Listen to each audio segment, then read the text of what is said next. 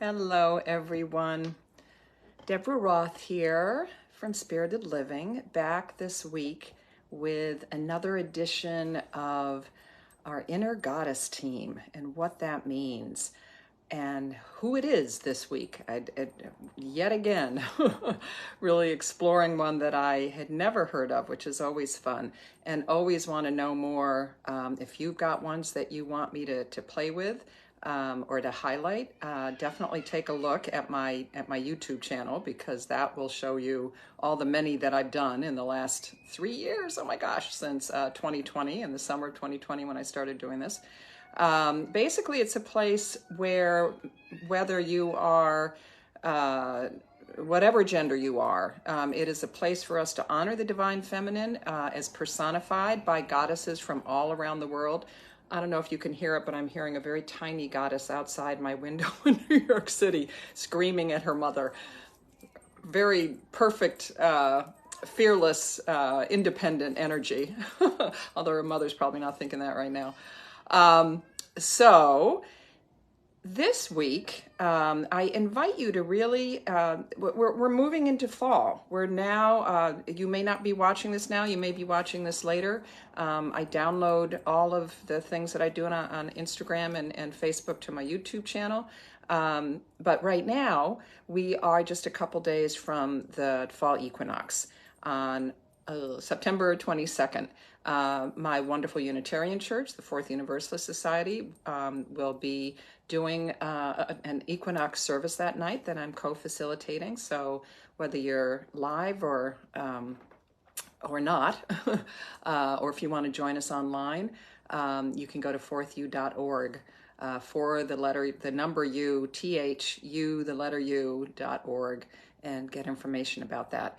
So that really informed the goddess that I am focusing on today, and discovered once I started,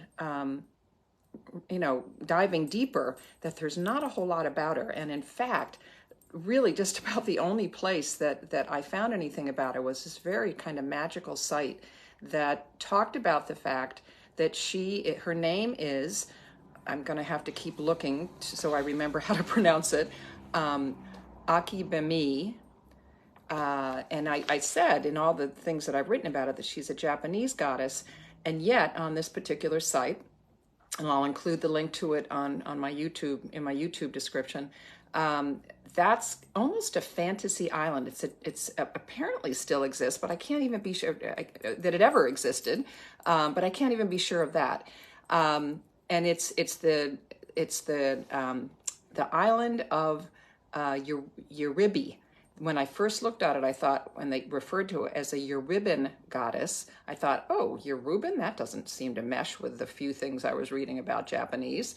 But apparently it's such a tiny island, and the way that the energetic ley lines of the planet cross, it's supposed to be a very magical place, and kind of in this time-space continuum, says one version of it.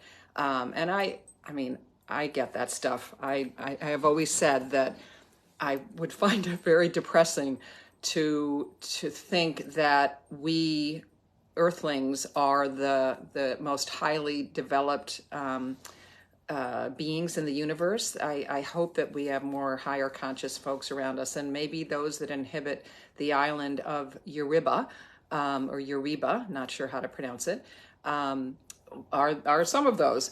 So she's personified on this island, mythical or not, by a mountain that's called Akibimi-san, S-A-N, which is a suffix of honor. And Japanese maples apparently grow on the side of this mountain. And so if you want to honor her, a way to honor her would be to sit under a maple tree, or to collect maple leaves and offer them to her. She is tied to the first frost. And the few myths that exist, and they don't seem to be written down anywhere. Apparently they've been passed on, but the few myths that exist about her talk about the fact that she is the Lady of Autumn. She is the mother of winter. And one of the myths talks about like her creation myth, that even before she came to the world, summer, there was an eternal summer. And as the summer dragged on, Zansho, who was the goddess of summer, the embodiment of summer, she grew tired of maintaining the world and was getting exhausted. And yet at the same time, she didn't want to take a rest because she feared that the death of that her going to sleep would result in the death of the world if there was no summer. Eventually, Akibimi appeared to Zansho and convinced her that by letting the world and herself take a break, to sleep, the summer would be infinitely more beautiful when the world awakened after autumn and winter passed. So autumn not being something apparently at that point that they were familiar with. And as she slept, she resisted at first, but Zansho eventually relented, and she allowed Akibimi to lay her gently to rest on a bed of leaves with songbirds singing to her. And then the belief apparently of her followers is that at the end of every summer, Akibimi comes to repeat this process and brings autumn to the earth. And then it's said that there was a point where Akibimi herself was also tired and wanted to lay to rest. So she laid down a frost. That was the first frost of the land. And much to her surprise, Fayuzora was born, which was the first frost. And she offered to stand. Fayuzora offered to stand in for Akibimi so that she could take a rest, much as Akibimi had done for Zansho. But likewise, Akibimi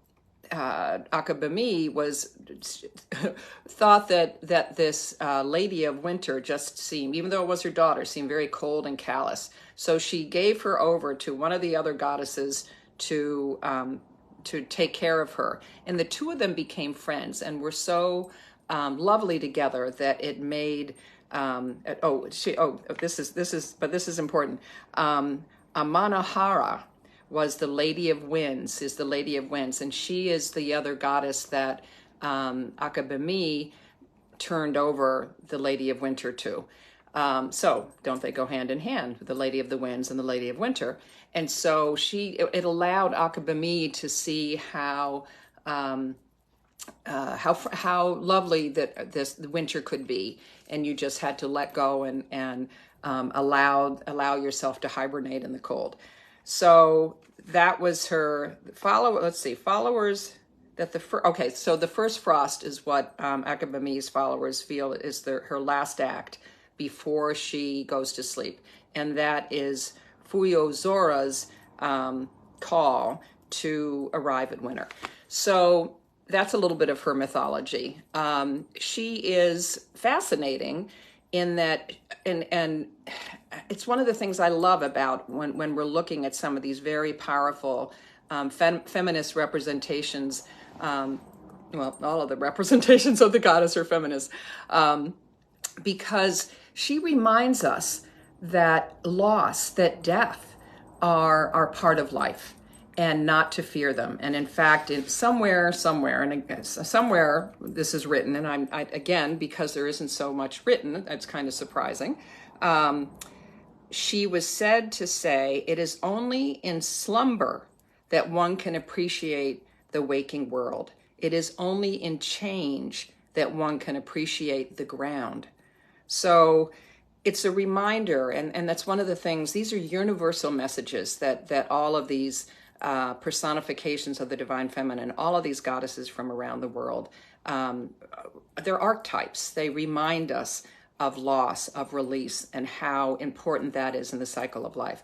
So think about that in your own life. Where are you right now? And I often say when I'm working with clients, as a life transition, career transition coach, there's always somewhere in our lives when we're going through some kind of transition. I'm going through a big one right now. I'm letting go of, after 27 years of leading my live new moon circles in New York City. So that's a biggie. There's a grieving process. There's a releasing that happens with that. But in that space, new things can show up. So, but it's important to take the time to mourn. So where in your life is that happening? Really embrace this energy of Akibimi, and bringing back life into balance through that process of grieving and letting go and then opening up to whatever's next. Perfect also, of course, for the fall equinox, which is just in a few days on September 22nd.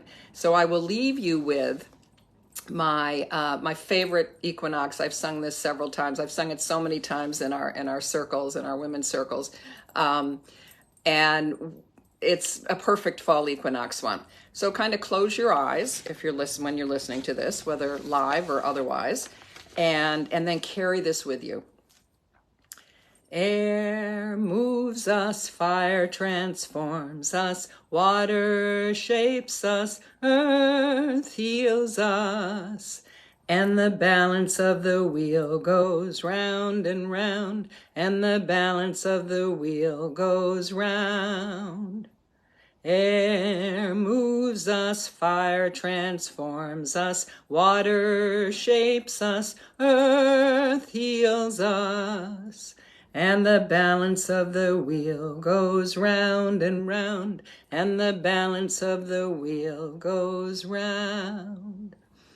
So, of course, that speaks to the balance of the four elements that we find in nature, that we find through mind, body, heart, spirit in our beings.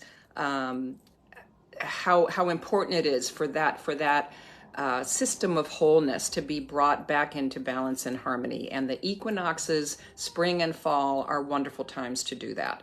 So I offer that to you. Think about the wheel of the year and where you are on the wheel of the year. And don't be afraid of winter. It just means that fall is taking a nap. And this is the time for you to hibernate and really, I know it doesn't feel like, we're in September right now. It doesn't feel like we're quite ready to do that. But there's so many people that have such, fear and talk about how winter depresses them. And yes, it is in the wheel of the year, the time of hibernation. But we need that to grow. Things are still vibrating under the ground. They may be dormant right now, but it's an important part of the cycle for the seasons and for us too.